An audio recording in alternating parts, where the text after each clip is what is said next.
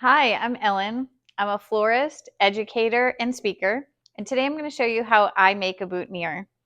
Boutonnieres are one of my favorite things to make because they're pretty easy and they are made pretty quickly, and you get to use a lot of great materials. So first, what I like to do is just set up all of my materials. I like to see all of the things that I'm using in front of me because putting a boutonniere together is kind of like a puzzle, and I'm never really sure how the pieces are going to fit together. So I like to have everything laid out in front of me. And for every boutonniere I make, I like to try to use these sort of elements. I like to use some foliage, some flowers, and some non-flower elements. So I have all of those pieces here in front of me today. And I have my scissors and ribbon, which I'm going to use at the end. I have some tape, which I'm going to tape up our boutonniere at the end, and some wire just in case I need to reinforce anything.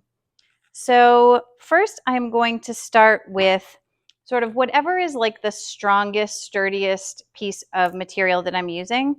And I'm going to try out using this dried German statice. It is really sturdy and it holds up really well. And whenever I'm making a boutonniere, the things I want to consider besides like what are the wedding colors and what are any requests from the couple, but also what is going to hold up out of water and what is not going to get sort of destroyed after everybody is hugging on that boutonniere all day long. So the first thing I'm going to use is this dried German statice. And what I'm going to do is make a little basically bouquet in my hand. You could tape every element. I don't usually unless everything is really unruly.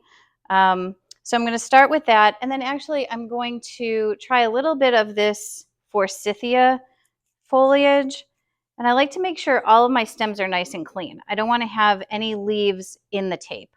So just trying to figure out right from the beginning how everything is going to piece together. Next, I'm going to use a little piece of this sedum. Sedum is great too because it does hold up really well. And for this wedding, the couple wanted some lime green included, so I'm going to use that. In there. So far, I'm just holding it in my hand like a little bouquet. Keep it nice and trimmed so it's easy to work with. I want to use this strawflower, and I'm thinking that I might want to use a dahlia, but a dahlia is like a really big focal flower, so I'm not sure yet if that is what I want to use. Basically, I have to try to piece them together to see what works. I actually like this one. It's a little bit smaller. So dahlias, I always want to make sure that the heads don't pop off in the boutonniere. So I'm going to use just a little piece of stem wire. This is like a 22 gauge stem wire. And what I'm going to do is just stick a piece of wire right through the head of this dahlia so that the wire is flush with the top of the flower. You can't see it at all. And then it just has an extra support. And I'm going to put a little piece of stem tape on that just to hold it in place. That way it's not going to, or there's less risk of it popping off. You can see I'm just twirling my stem here to give it a little bit of extra support. Very strong now. And then I'm just going to trim up this wire. All right. So now I'm going to go back to my little bouquet, and I do like this focal flower dahlia in there. I'm always editing as I go too, because like I said, it's a puzzle and I'm never really sure how things are going to fit together. I do want to add some strawflower because it is the perfect color for this wedding. And again, this one has two little stems on it. So I'm going to break this apart and I'm going to put a little piece of tape again for reinforcement. I could use a wire too, but I think I could just use a piece of tape and that would be enough to sturdy the head a little bit. And if you haven't used stem tape like this, it basically feels like paper, but when you pull on it, it has a resin in it, and that's what makes it sticky, and then it just sticks to itself. So you don't need any other adhesive. All right, so my straw flower is ready. It's pretty secure. And I do want to include, this could be a little foliage, it could be a little non-flower. This is green dot or Boutonniere. It just has these little cute little lime green balls on them. And I'm going to use a few of these. And these I might tape together just so that they have a little more oomph, a little more, they show off better. They're so tiny that just by themselves, they might not show up that well. So I'm just going to tape that together and basically use it as one stem instead of a couple little stems together. All right, so I've got my pieces. I guess I'm going to use one more. This is a poppy pod. It's dried, but this couple likes interesting, unique non-flower elements, so I do want to include a little something fun. All right, so back to putting my boutonniere together. I've got some foliage, I've got a little dried material and some sedum. Now I'm going to place my dahlia right in the middle there, and I'm going to put my strawflower in sort of to the side.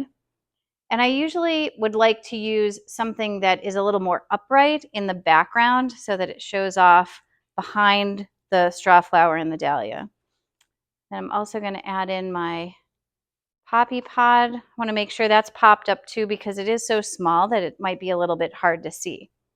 So that's what I've got so far. I like it, but I think I do want to add a little bit more of this German statice. It's a little bit on the side because it feels a little lopsided. So I'm just going to stick a little bit in there. And again, always editing. I'm always making sure to see how things are fitting together. So I like that. That's got all of the elements that I'm looking for. So once I've got it all trimmed up, I'm going to tape it together. And this is where I think sometimes people run into trouble because they want to keep everything in place. They want everything to stay right where they want it. And when you start taping, sometimes things move around. So don't be afraid to untape, tape again. And I like to tape pretty close to the top of the flowers. That just gives all of those flowers a little bit more support. And I'm only going to tape maybe, I don't know, half an inch, 3/4 of an inch with some stem showing at the bottom. And I'm going to trim that up nice and clean so that there's no raggedy ends. And once I have it taped, I'm going to put a little ribbon on it. Now this couple gave me a little piece of ribbon that they wanted to use. This is about a 1-inch thick, 1-inch wide ribbon. And usually I would use a little bit thinner, a little skinnier, but this one will do just fine. So like the tape, I'm gonna start at the bottom. I'm gonna wrap my ribbon around.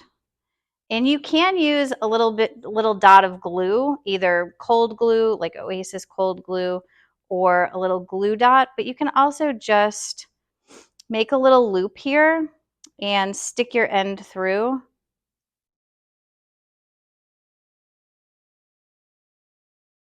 Make sure I get it through there. And then pull it tight.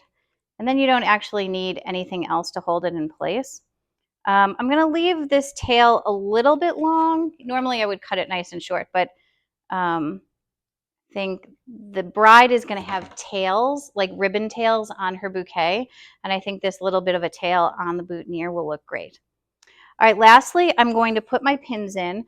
Don't forget pins. If you forget pins, all of your work is for naught. So I usually like to put 2 pins in, and I use pearl head pins.